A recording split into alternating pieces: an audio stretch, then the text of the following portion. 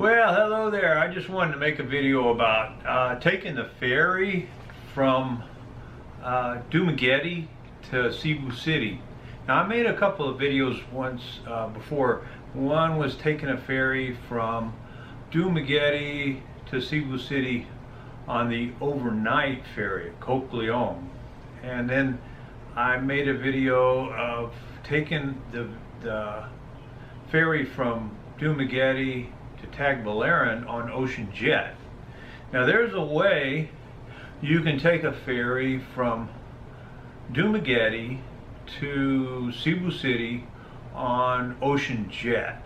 And the way you do it, well, first, you buy a ticket at the Ocean Jet office in Dumaguete, and it's at the port.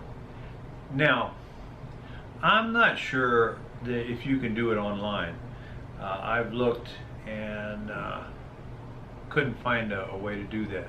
So you go down there, and there are two different classes, like I discussed on the Ocean Jet ferry to go to Tagbilaran.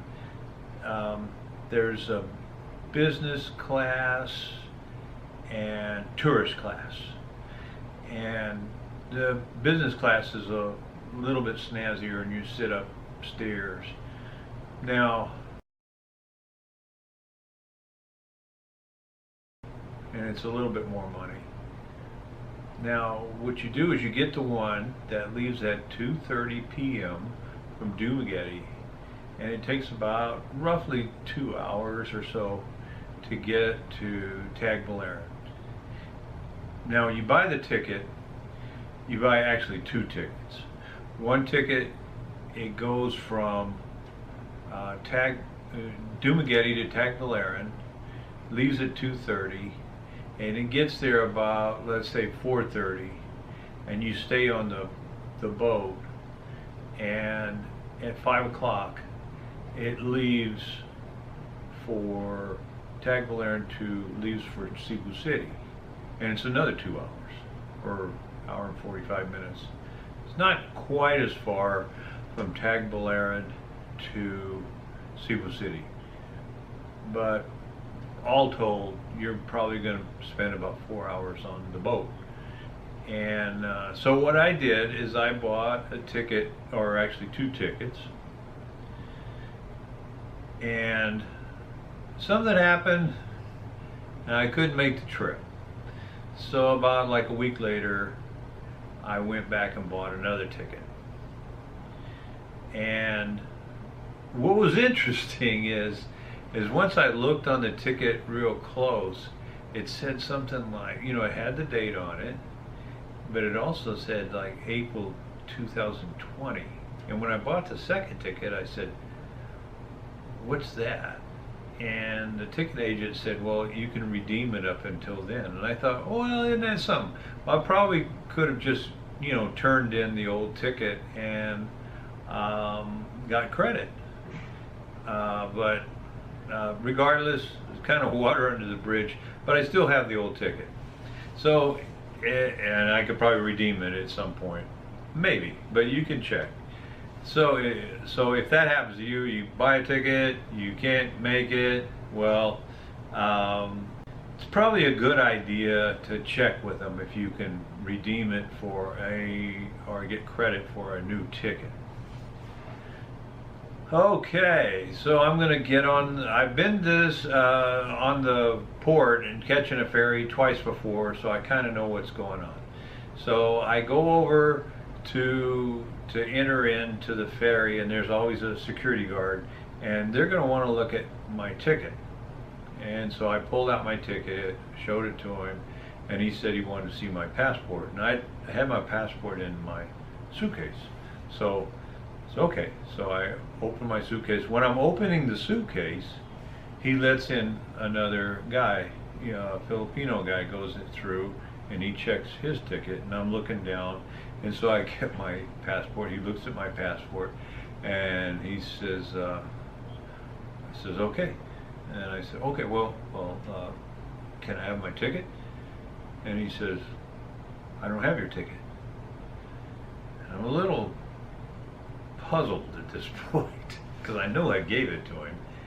And I said, no, I gave you my ticket. He said, I don't have your ticket.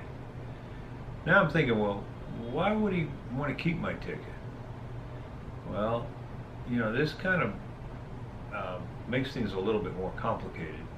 And right about that time, the guy that he had let through while I was looking at my suitcase is walking back and he's smiling, and he's looking at me and the security guard, and he's handing the security guard my ticket.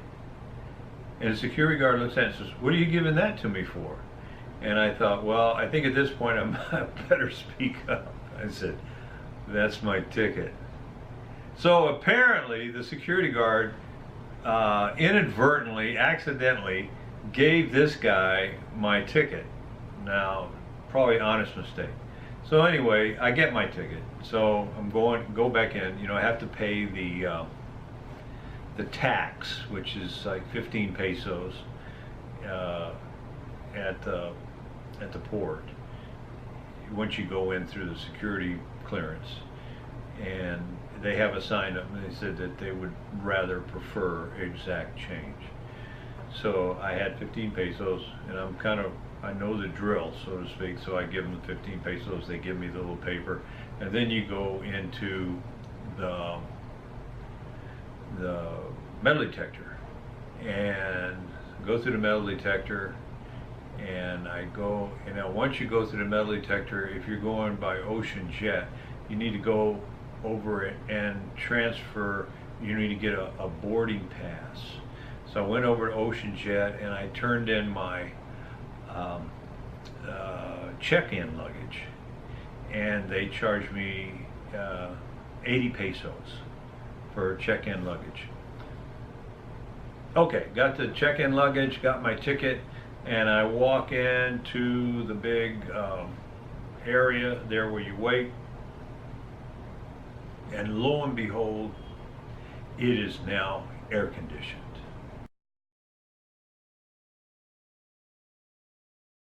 Wow, that's great. So I wait there, and they have several TVs going with different ads or sometimes TV shows, and they announce the load up, so I go on. And so I have business class, so I get on the business class area. I walk in, the guy is directing me, looks at my ticket, so I get into business class, and then when I get to, there's not a whole lot of people on that ferry from Dumaguete to Tagbilaran, not a whole lot. So when I got to Tagbilaran, I guess it would be like considered like a flight attendant or a boat attendant, and she looks at my ticket and she says, oh, this is not business class, this is tourist class, you have to go downstairs.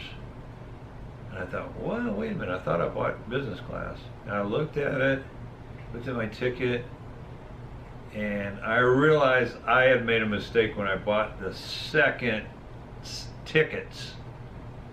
I actually made a blunder and said tourist class, but I meant business class. So I have tourist class tickets, and I thought, well, I wonder why they didn't kick me out, you know, and kick me downstairs during the first leg of the trip. Well, I just kind of slipped through the cracks, I guess, you know. So anyway, all right. So I went down to tourist class for the second 2 hours. It wasn't bad. Actually, the air conditioning in tourist class doesn't blow so cold that you're going to need a jacket. You know, up in business class, it blows pretty cold.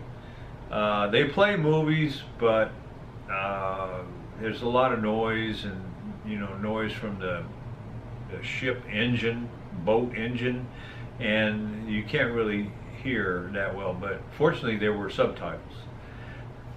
And so I'm kind of thinking, now, how in the world did I get this wrong ticket? But anyway, water under the bridge, and I made it to Cebu City, another couple hours.